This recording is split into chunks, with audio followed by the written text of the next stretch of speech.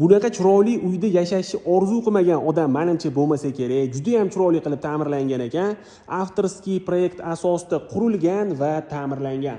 Uch qahramon postdan bor yo'g'i 3 kilometr kirganda Guliston mahallasida joylashgan. Orientirimiz Guliston masjidini orqa tomonidagi mahalla bo'lyapti.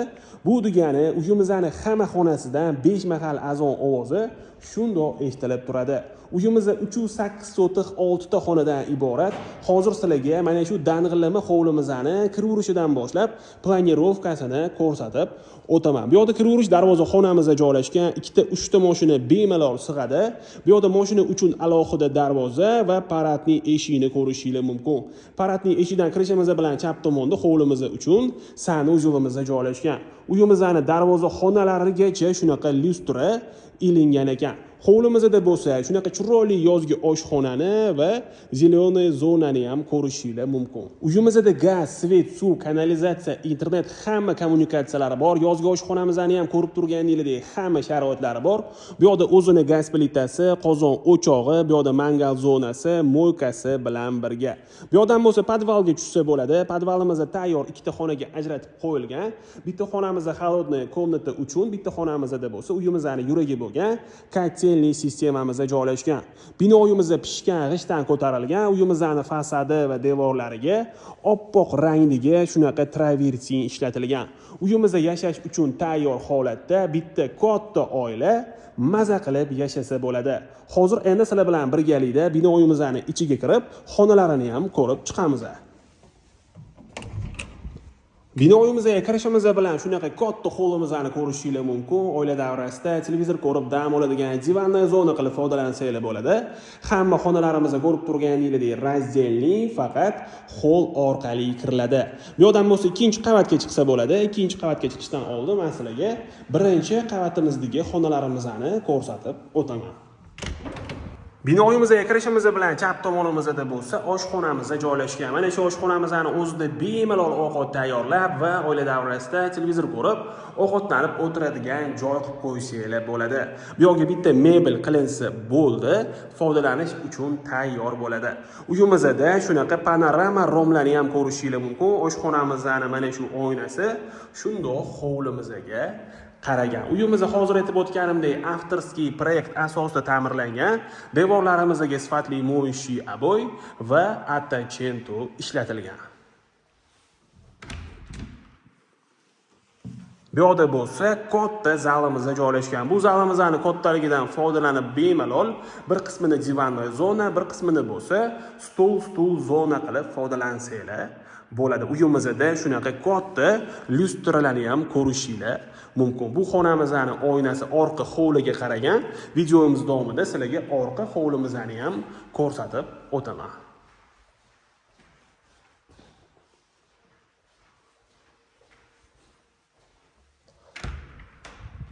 Bu yoqda bo'lsa birinchi qavatimiz uchun общий sanuzelimiz joylashgan. Uyimizning pol qismiga chiroyli qilib laminat oshxona va sanuzellarimizga bo'lsa kafel ishlatilgan. Binoyimizni isitish uchun to'liq iliq pol o'rnatilgan. Zinamizdan tagidan unumli foydalanib kladovka qivorilgan.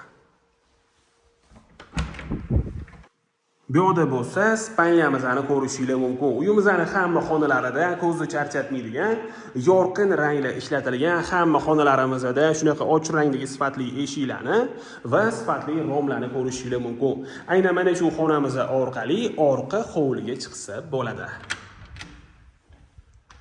Atilab orqa hovli qilingan, havo aylanib turishi va xonalarga yorug'lik kirishi uchun qilingan. Stol qo'yib, yoz issiq kunlarda dam olib o'tiradigan joy qilib qo'ysanglar ham bo'ladi yoki sushka qilib ham bemalol foydalansanglar bo'ladi. Binoyimizning orqa tomondan ham ko'rinishi. Hozir endi sizlar bilan birgalikda ikkinchi qavatimizdagi xonalarimizni ham ko'rib chiqamiz. Ikkinchi qavatimizda ham shunaqa chiroyli katta lyustralarni ko'rishingiz mumkin. Ikkinchi qavatimizga chiqishimiz bilan to'g'rimizdagi joy bo'lsa, ko'pchilik kelinlar xonani ichida dazmol qilishni unchalik yoqtirishmaydi. Joy egalari o'shaning uchun mana shu joyimizni dazmol qiladigan joy qilib qo'yishgan ekan yoki o'zingizlarning xohishingizga qarab bitta divan qo'yib, o'tirib dam oladigan joy qilib qo'ysanglar ham bo'ladi. Ikkinchi qavatga chiqishimiz bilan koridor, ikkinchi qavatimizdagi xonalarimizning hammasiga faqat koridor orqali kiriladi. Bu yoqda bo'lsa ikkinchi qavatimiz uchun общий sanuzelimiz joylashgan. Hamma sanucularımızda e'tibor berayotgan bo'lsanglar, kombinatsiya ishlatilgan.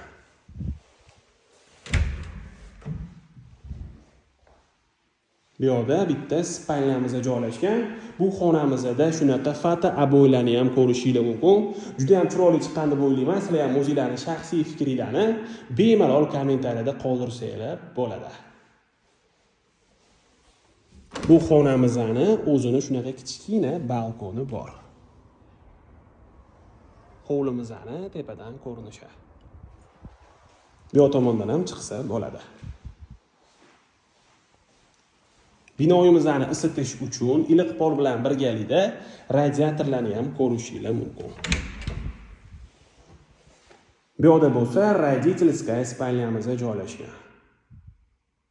Bu yerda shunaqa radiatorlarni ko'rishingiz mumkin. Bu xonamizning o'zini alohida sanuzyoli bor. Aynan mana shu xonamizdan katta balkonga ham chiqsa bo'ladi. Hovlimizning tepadan ko'rinishi.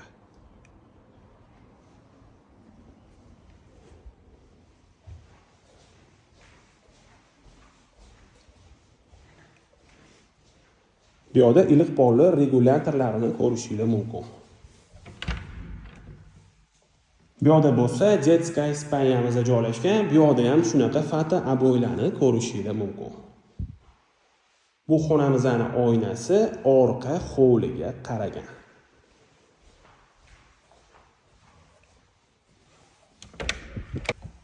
Bu yerda ham родительская spalnyamiz joylashgan. Bu xonamizning ham o'zini alohida sanuzyoli bor. Uyimizda hozir aytib o'tganimdek, yashash uchun tayyor holatda bitta katta oila maza qilib yashasa bo'ladi. Bu yerda o'zini sanuzyoli joylashgan.